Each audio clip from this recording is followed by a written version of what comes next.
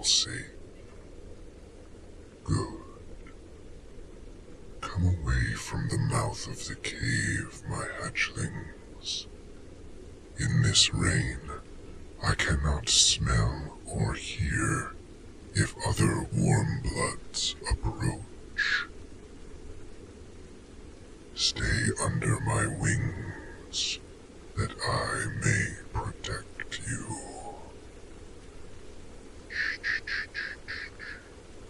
Do not be afraid, little ones. If more come, I will protect you.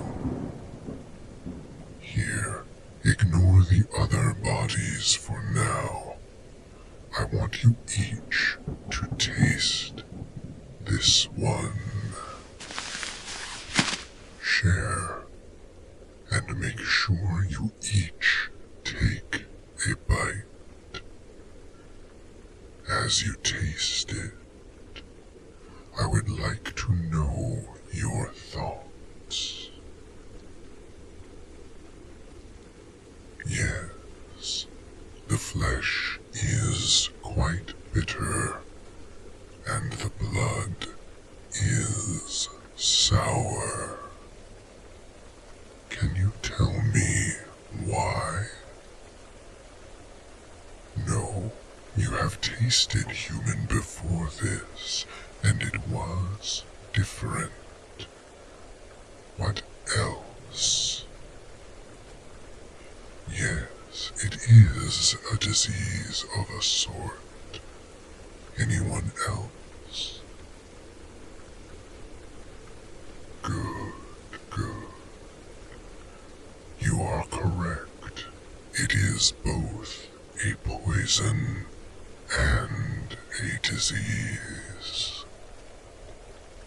We are immune to nearly all the diseases of the warm bloods. Yet this, we can contract from them, though not by eating their flesh.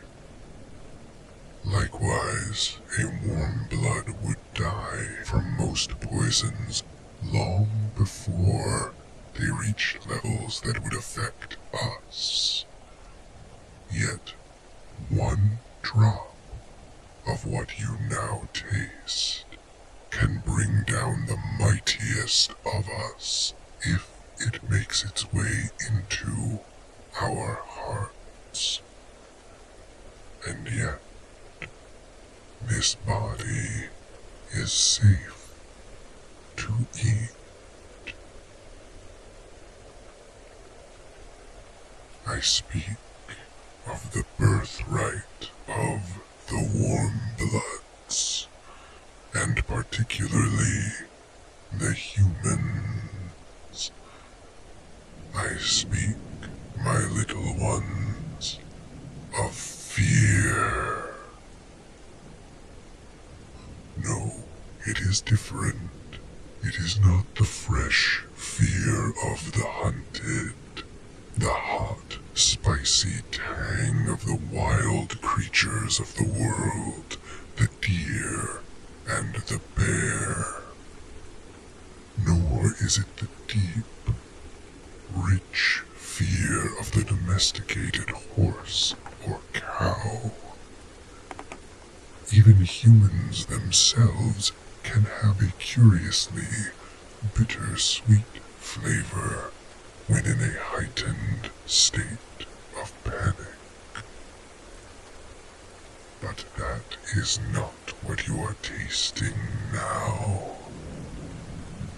So what then is the difference?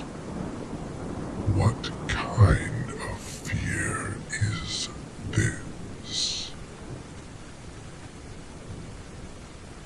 The answer, little ones, is that this is old fear. It is the taste of a life lived in constant fear. Humans fear everything. They fear death.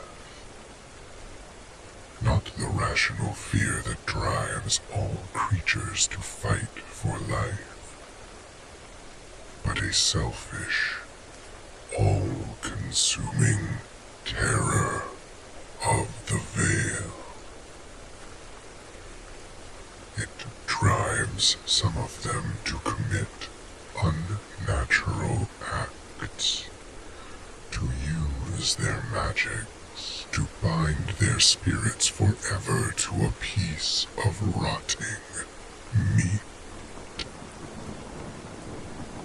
Some kill others of their own kind, not for their meat, but for their eternal energy. That's right, my hatchlings. If you can imagine it, they devour each other's minds, their spark, their connection to all things.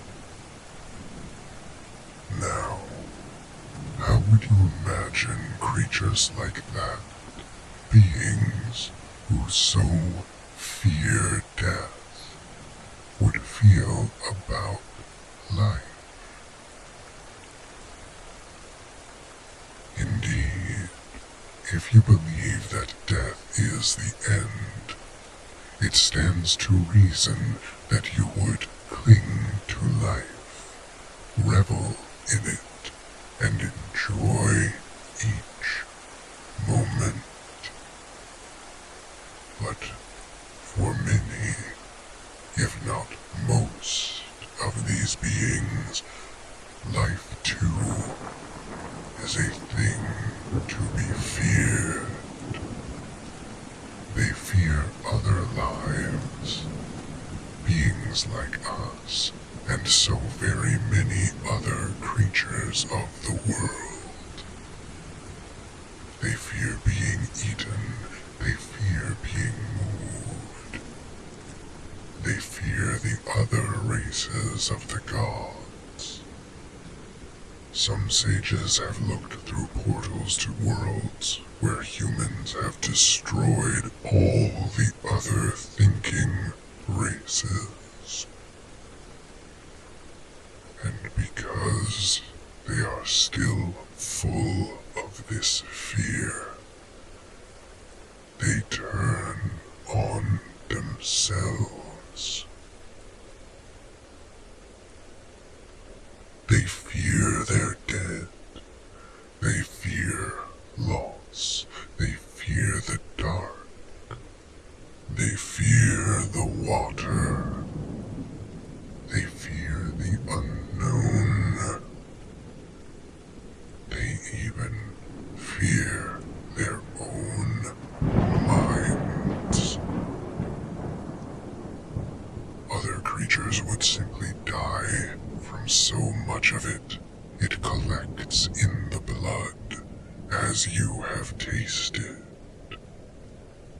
But humans survive, and rather than collapse in terror or flee or even fight real dangers, instead they turn that fear into hate. It causes them to seek out the perceived source of their fear and destroy it.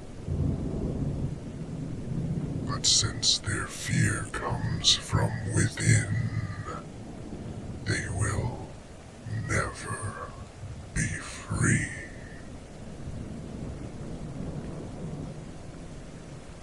When a fox catches a rabbit, the rabbit will fight if it can. When we bite into the living flesh of an ox or horse, it will strike out at us. That is nature. But the rabbit does not take the fight to the fox's den, nor does the horse charge into our cave to kick at us. races of the gods, however, do not understand the nature of the world. They are the prey that would be predator. They ignore the natural order, as you have seen tonight. And as tonight, it most often results in their death. The fear has so poisoned their bodies and minds that they drive themselves to their death. And none of the warm bloods is more susceptible to this than the human. The human is a slave to fear, but the human is also the master of it. They use unnatural fear to rule over their own and to conquer others. They have many gods, and they use the fear of them to wage war on each other, not for land or for food, but for the need to inflict fear into the hearts of others in the vain hope that it will leave their own. But of course, fear is not a tangible thing that can be handed from one to another. It is a disease that grows and spreads. They also use their fear of death as an excuse to inflict death on others. In ancient times, when the races of the gods were young, they knew their place in the circle. They ate the smaller animals, and the larger animals ate them. Now, they have all but destroyed that circle. They have infected not only themselves, but the other races as well. The elves fear, but they react by hiding, removing and isolating themselves, and letting the world move without them. The dwarves fear, but they react by digging in, fortifying their holes in the ground, and letting the world move around them. Even the scaled races occasionally fall prey to the humans' fear, and they are, sadly, most like the humans in their response. They become paranoid and foolhardy. They attack where it is not warranted, not for food or land, but to be free of the humans. And we too, my little ones, are not immune.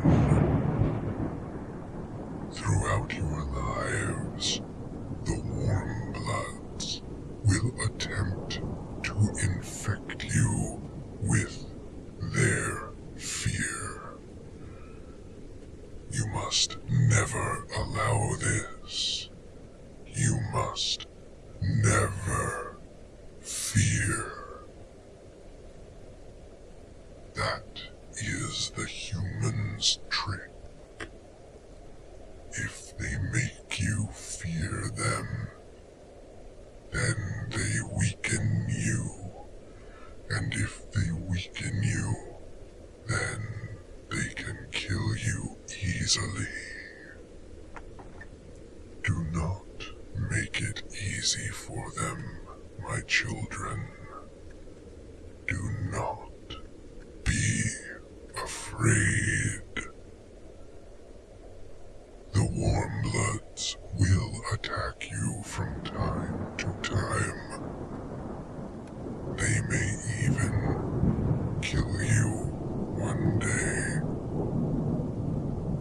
But even in death, be bold and let your lack of fear intensify it in your enemies. Hold your heads high and remember, you are the descendants of Saska. You are dragons.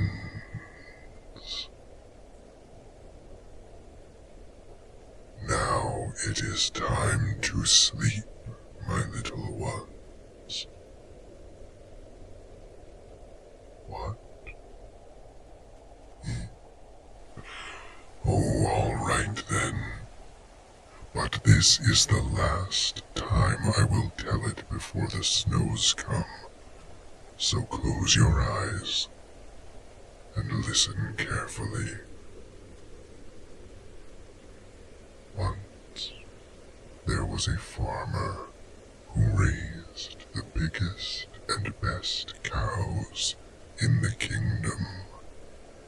And of these magnificent cows, there was one bigger and plumper than all the rest.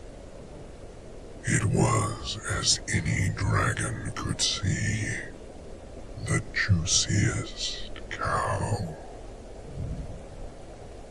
But the farmer knew that all the dragons in the kingdom wanted to eat his cows. So he